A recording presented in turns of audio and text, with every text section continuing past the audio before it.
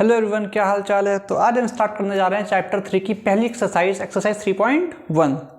तो चैप्टर 1 और chapter 2 already मैंने अपलोड कर रखा है। अगर तुम में से किसी को ज़रूरत हो तो जाके वो देख सकता है। ठीक है, तो हम फटाफट स्टार्ट करते हैं क्वेश्चन नंबर 1। बाकी बातें हम करेंगे वीडियो के लास्ट में। देखते हैं क्या कहा जा रहा है, क्यों कहा जा रहा है। अब मर्चेंट का मतलब पता होगा आप लोग को, बिजनेसमैन। ठीक है, अब merchant in the port city. Port city क्या होता है भाई? पोर्ट सिटी वो सिटी होती है जहां पे धंधा होता है। धंधे का मतलब बिजनेस। तो पोर्ट सिटी कौन सी होती है? जहां पे इंपोर्ट एक्सपोर्ट होता है, बिजनेस होता है। ठीक है, जैसे अपने यहाँ मेनली पोर्ट सिटीज कौन सी हैं? मैं तो एक ही जानता हूँ, बॉम्बे। भाई कम पढ़ा लिखा हूँ ना।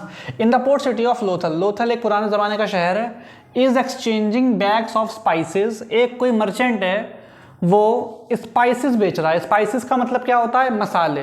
तो एक कोई मर्चेंट भाई अपना, वो मसाले बेच रहा है कॉपर इनगॉट्स के बदले में। अच्छा मेरी बात सुनो, जिसे पता है वो उसे तो पता ही है, जिसे नहीं पता उसे मैं बता देता हूँ कि जो लोथल है ये एक एंशिएंट टाइम का, एक काफ़ी पुराने ज़माने का एक शहर है। जैसे नहीं छोटी क्लास में हमने पढ़े हड़प्पा वगैरह, वैसे ये शहर है। तो जो मर्चेंट है वो लोथल में मसाले बेच रहा है। किसके बदले में बेच रहा है? कॉपर इनगॉट्स के बदले में। मतलब पैसों के बदले में नहीं बेच रहा है, क्योंकि जब ये सिटी थी तो उस समय पैसे नहीं चला करते थे, पुराने समय की बात है। Copper ingots. अब यहाँ पे एक नया शब्द आ रहा है, इनगॉट्स। यहाँ पे मैं लिख लेता हूँ कॉपर इनगॉट्स। यहाँ पे मैं यार 1 मिनट तुम्हारा टाइम लेना चाहता हूँ इसे बताने के लिए। देखो, इनगॉट्स का मतलब होता है, इनगॉट्स या इनगट्स जो भी है यार, मुझे नहीं पता, मैं तो इनगॉट्स बोलूँगा, बाकी तुम जानो।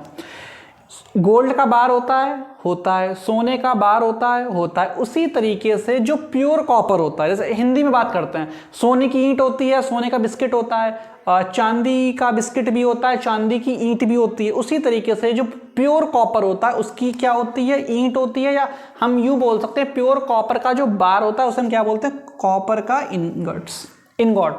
ठीक है, तो इसका मतलब क्या है? कॉपर का बार या कॉपर की एक ईंट जिसमें टोटली प्योर कॉपर होता है। Okay, he receives 15 ingots for every 2 bag of spices. मतलब ये अपना जो मर्चेंट भाई है, ये जब 2 बैग स्पाइसेस बेचता है तो उसके रिटर्न में 15 कॉपर के इनगॉट्स चार्ज करता है। अब हमें ये बोला गया है कि ये 12 बैग बेचेगा। अगर ये मार्केट में बेचने के लिए 12 बैग लेके आया है और 2 के बदले कितने ले रहा है? 15, तो कितने कॉपर इनगॉट्स उसके पास हो जाएंगे? तो इसका आंसर करते हैं। पहली बात तो ये बहुत सिंपल सा क्वेश्चन है और 2 मार्क्स में एग्जाम में आने लायक क्वेश्चन है। ठीक है, ये मत लिखना, ये मैंने बस समझाने के लिए लिख दिया था, इसका यहाँ पे कोई रिलेवेंस नहीं है। तो 2 बैग्स स्पाइसेस, जब वो 2 बैग बेच रहा है तो उसे क्या मिल रहा है? 15 कॉपर इनगॉट्स। जब ये बंदा 2 बैग मसाले बेच रहा है तो उसके बदले में 15 इनगॉट्स चार्ज कर रहा है। अब हमें 2 का पता है, हम निकालेंगे 1 का। 1 बैग भाई जब 2 बैग बेच रहा है तो 15 कॉपर के जो बार हैं उन्हें चार्ज कर रहा है। 2 बैग के बदले में 15 मिल रहा है, तो 1 बैग के बदले में कितना मिलेगा? 2 का पता है, 1 का निकालना है। और जब ज़्यादा का पता है, कम का निकालना है, तो क्या करते हैं? डिवाइड। तो 15/2, तो 1 बैग के बदले में 15/2 मिलेंगे। ठीक है, क्या मिलेंगे? Copper ingots. अब 1 का निकाल दिया और पूछा कितने का गया है? 12 का। जब 1 का दिया गया है और 12 का पूछा है, मतलब कम का हमने निकाल लिया और ज्यादा का पूछा है। और जब ज्यादा का पूछा जाता है तो क्या करते हैं? मल्टीप्लाई। तो 1 का 12 से क्या कर देंगे? मल्टीप्लाई। तो 15/2 मल्टीप्लाई बाय 12। 2 6 12, 15 6 90। ठीक, तो जो 90 है ये है हमारा फाइनल आंसर। इसी के साथ हमारा पहला क्वेश्चन होता है खत्म। एक बार क्विक रिवीजन दोबारा। 2 बैग के बदले में 15 कॉपर के बार्स लेता है, तो 1 बैग के बदले में कितने लेगा? 2 का दिया, 1 का निकालना है। 1 का निकालने के लिए हम करेंगे डिवाइड। क्यों? क्योंकि ज़्यादा का दिया है, कम का पूछा है। सॉरी, कम का पूछा नहीं है, कम का हम निकाल रहे हैं अपने ईजी करने के लिए। तो 2 से 1 का निकालेंगे तो 2 अपॉन में आ जाएगा। तो 1 बैग इक्वल टू 15/2। और फिर 1 का हमने निकाल रखा है और ज़्यादा का पूछा है, तो 1 का निकाल रखा है, 12 का पूछा है, तो 12 से क्या करेंगे? मल्टीप्लाई। तो 15/2 मल्टीप्लाई बाय 12। 2 6 12, 15 6 90। तो 90 क्या हो गया हमारा फाइनल आंसर। इसका मतलब क्या हुआ कि जब वो 12 बैग स्पाइसेस बेच डालेगा तब उसके बदले में उसे टोटल 90 कॉपर इनगॉट्स मिल जाएंगे। समझ में आया? ठीक है, पहला क्वेश्चन होता है खत्म, रफ करने जा रहा हूं, जिससे मन हो पॉज करके नोट कर ले। अब हम चलते हैं सेकंड क्वेश्चन की तरफ। तो स्टार्ट करने जा रहे हैं क्वेश्चन नंबर सेकंड। देखेंगे क्या कहा जा रहा है। Look at the sequence of numbers on one column of the Ishango bone. किताब में कोई फिगर दिया होगा इशांगो बोन, उसे देखने को बोल रहे हैं, हम नहीं देख रहे हैं, हम ऐसे ही कर लेंगे। 11, 13, 17, 19 what do this number have in common. ठीक है भाई, तो हमें यहाँ पे 4 नंबर दिए गए हैं, चारों को लिख लेंगे। 11, 13, 17, 19। हमें ये बोला गया इन 4 नंबर्स में कॉमन क्या है। तुम भी पढ़े लिखे हो, तुम देखो क्या कॉमन है, क्या कॉमन है। ठीक है, इसमें कॉमन ये है कि चारों के 4 कैसा नंबर है, प्राइम नंबर। प्राइम नंबर क्या होता है तुम्हें नहीं पता होगा, मैं बता देता हूं। प्राइम नंबर वो होता है, तुमने वो देखा है ऑप्टिमस प्राइम, बीजीएमआई में आता है ऑप्टिमस प्राइम, वैसा ही होता है। जो प्राइम नंबर होता है वो ऐसा नंबर होता है जो या तो 1 से डिवाइड होता है या तो इटसेल्फ। एक ऐसा नंबर जिसके खाली 2 फैक्टर होते हैं, एक 1 और एक खुद, उसे क्या बोलते हैं, प्राइम नंबर। फॉर एग्जांपल 11 खाली 1 से डिवाइड हो सकता है और 11 से डिवाइड हो सकता है, इसके अलावा 11 को कोई किसी का बाप डिवाइड नहीं कर सकता। ठीक है, तो ऐसे नंबर जो खाली 1 से और खुद से डिवाइड होते हैं हम क्या बोलते हैं, प्राइम नंबर। तो 11, 13, 17, 19 दीज आर प्राइम नंबर्स। तो हम लिख देंगे यहाँ पे all these are prime number. हमें बोला गया ना what do these numbers have in, इनमें कॉमन क्या है, कॉमन यही है भैया कि ये प्राइम नंबर है। List the next 3 numbers that fits this pattern. हमें इसके अगले 3 नंबर निकालने हैं, तो नेक्स्ट 3 नंबर्स निकालो भैया। नेक्स्ट 3 नंबर्स कौन से होंगे, एक काम करते हैं 19 के बाद से काउंटिंग लिख लेते हैं। अगर मैं डायरेक्ट करूंगा तो तुम्हें समझ में नहीं आएगा। अब वीडियो भले ही लंबा हो जाए, समझ में आना चाहिए, वीडियो की तो इतनी चिंता नहीं है।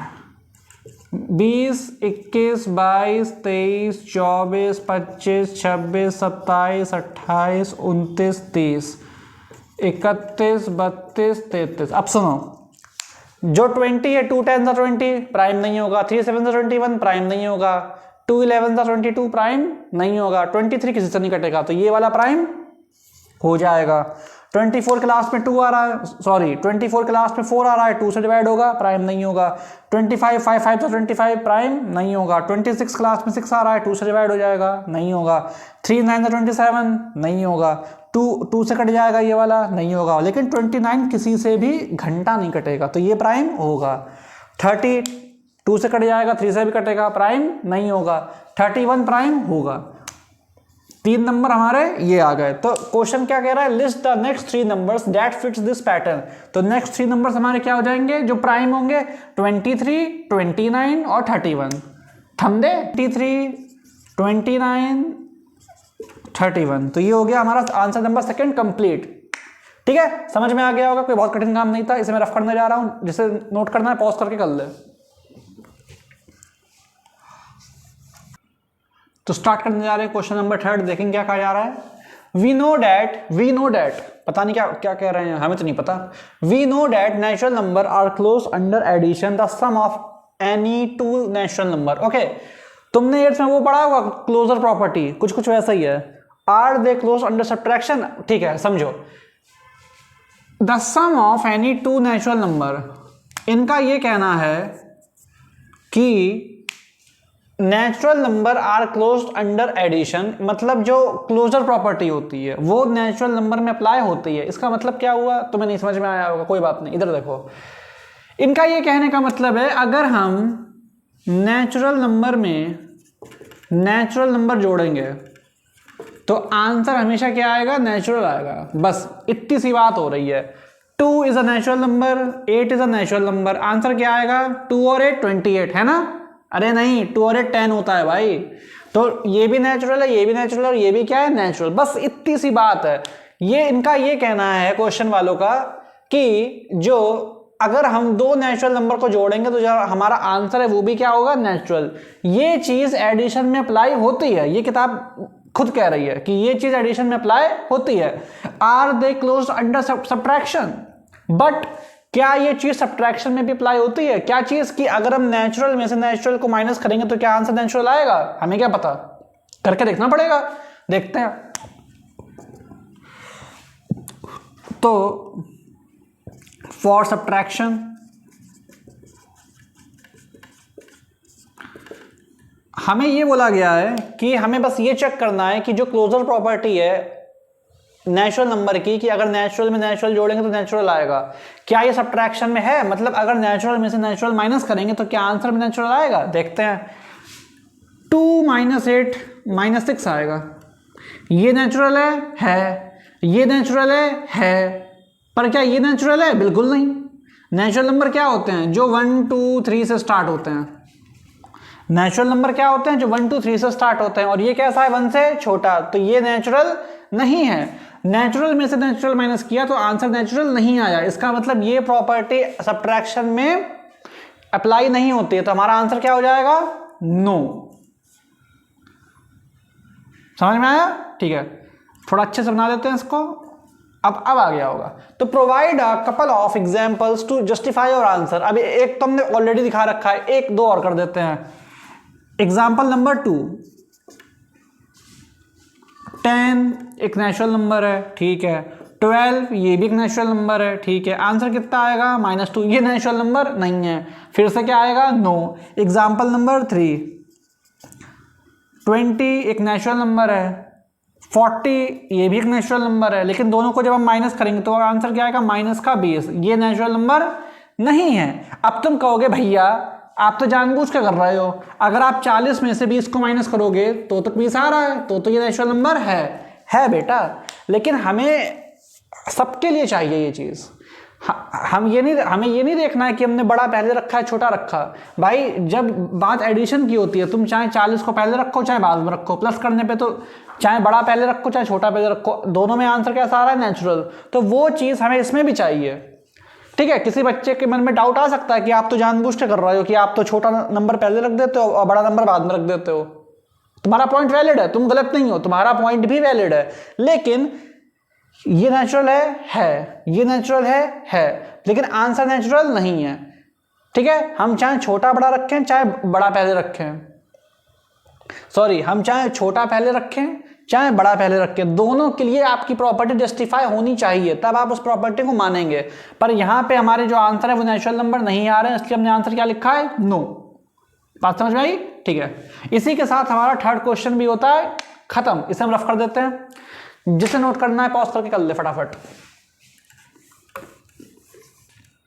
तो स्टार्ट करने जा रहे हैं क्वेश्चन नंबर 4। थोड़ा सा ये वैसा है, मतलब एक्टिविटी टाइप का क्वेश्चन, एग्जाम में कभी भी नहीं आएगा, लेकिन क्योंकि किताब में दिया है तो पढ़ना जरूरी है, ठीक है। पहले बता दिया मैंने, ये एक एक्टिविटी क्वेश्चन है, ये एग्जाम में कभी नहीं आएगा, लेकिन क्योंकि किताब में दिया है तो पढ़ना जरूरी है, ठीक है। सॉल्व करने वाला क्वेश्चन नहीं है, समझने वाला क्वेश्चन है, 1 मिनट में समझ में आ जाएगा। Ancient Indians used the joints of their finger to count, a practice still seen today। मतलब एंशंट मतलब पुराने जमाने में लोग क्या करते थे? पुराने जमाने की क्या क्यों बात करें, आज की बात कर लो। आज के टाइम में भी हम लोग क्या करते हैं? उंगलियों पे गिनते हैं, ठीक है। उंगलियों पे गिनते हैं ना, 1 2 3 4 5 6 7 8 9 10 11 12। तो आज के जमाने में ले लो चाहे पुराने जमाने में ले लो, इसलिए यहाँ पे क्या लिखा है? स्टिल सीन टुडे, मतलब आज भी ऐसा होता है कि लोग अपनी फिंगर्स पे काउंट करते हैं। ईच फिंगर हैज 3 जॉइंट, 1 2 देखो, हाथ देखो, 1 2 3 4 5 6 7 8 9 10 11 12। हर फिंगर में कितने जॉइंट्स हैं? 3। दिखाई दे रहा है? नहीं दिखाई दे रहा? अपने हाथ पे देख लो तब दिख जाएगा। And the thumb is used to count them. हम जब गिनते हैं तो कैसे गिनते हैं? 1 2 3 4 5 6। गिन किस पे रहे हैं? फिंगर पे। गिन किससे रहे हैं? थंब से। दिखाई दिया? गिन किसके ऊपर रहे हैं? फिंगर के ऊपर। पर गिन किससे रहे हैं? यूज किसका कर रहे हैं? इस थंब का। वही चीज यहां पे लिखी है, and the thumb is used to count them. क्यों? क्योंकि हम थंब का यूज सच में करते हैं। How many can you count on one hand? आप एक हाथ पे कितना काउंट कर सकते हैं? पहली बात तो आपकी फिंगर्स कितनी हैं? 4। हो सकता है तुम जादू से इंस्पायर्ड हो या तुम ऋतिक रोशन से इंस्पायर्ड हो, तुम्हारी 6 उंगलियां हो, मेरी नहीं है, ठीक है। तो उंगलियां कितनी हैं? मेरी तो भाई 4 ही हैं, बाकी अपना देख लो। तो और हर फिंगर में जॉइंट कितने होते हैं? 3। तो 1 2 3 1 2 3 1 2 3 1 2 3। भाई जॉइंट मेरे तो 3 ही 3 है, आप अपना देख लीजिए, ठीक है। तो how many can you count on one hand, तो देख लेते हैं। अब भाई क्योंकि क्वेश्चन दिया है तो कुछ तो लिखना पड़ेगा ना। तो नंबर ऑफ, तो जॉइंट्स इन वन हैंड, या रुको, जॉइंट इन वन फिंगर, एक फिंगर में कितने जॉइंट होते हैं, फिर से एक फिंगर में जॉइंट कितने होते हैं, 1 2 3, और फिंगर्स कितनी हैं, नंबर ऑफ फिंगर्स कितनी हैं, मेरी तो 4 हैं, तुम्हारा पता नहीं। तो टोटल जॉइंट कितने हो गए, एक फिंगर में कितने जॉइंट हैं, 3, फिंगर कितनी हैं, 4, तो टोटल जॉइंट कितने हो गए, 4 3 12, 12 जॉइंट। ठीक, यही चीज हमसे पूछी गई है, how many can you count on one hand.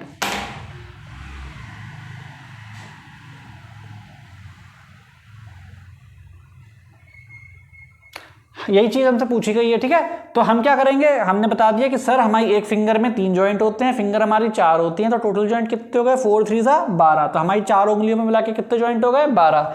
ठीक है, आगे आगे भी कुछ पूछा गया है, चैन नहीं पड़ रहा है इसको। How does this relate to the ancient base 12 counting system. अब ये एंशिएंट बेस 12 से कैसे रिलेट कर रहा है, अरे यार सीधी सीधी बात है, जब हाथ में 12 जॉइंट हैं तो इसलिए इन्होंने क्या नाम दे दिया, एंशिएंट बेस 12, सीधी बात। तो लिख देंगे since our one hand has 12 joints in finger, since our, एक हाथ में हमारे कितने जॉइंट्स हैं, 12 जॉइंट्स हैं उंगलियों में, that's why they called it ancient base 12 counting system। that's how लिख देते हैं, that's how it relates to the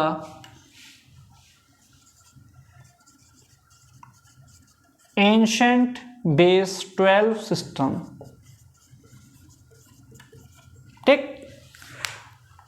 writing के लिए मैं आपसे माफ़ी चाहता हूँ, मैं इंप्रूव कर लूँगा, फिलहाल आप इससे काम चला लीजिए। बाकी मैं आपसे राइटिंग के लिए दोबारा माफ़ी चाहता हूँ, मुझे पता है मैं ज़्यादा अच्छा नहीं लिख पाता हूँ, सीख लूँगा मैं।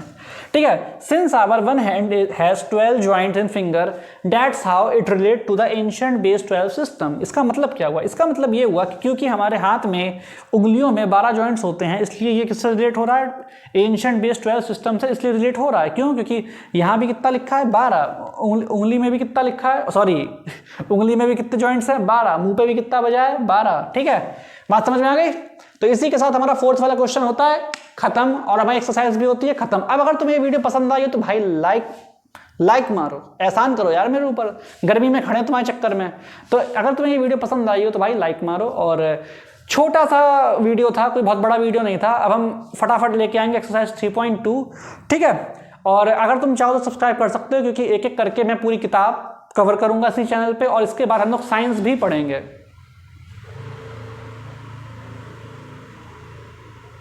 ठीक है, इसी के बाद हम लोग साइंस भी पढ़ेंगे।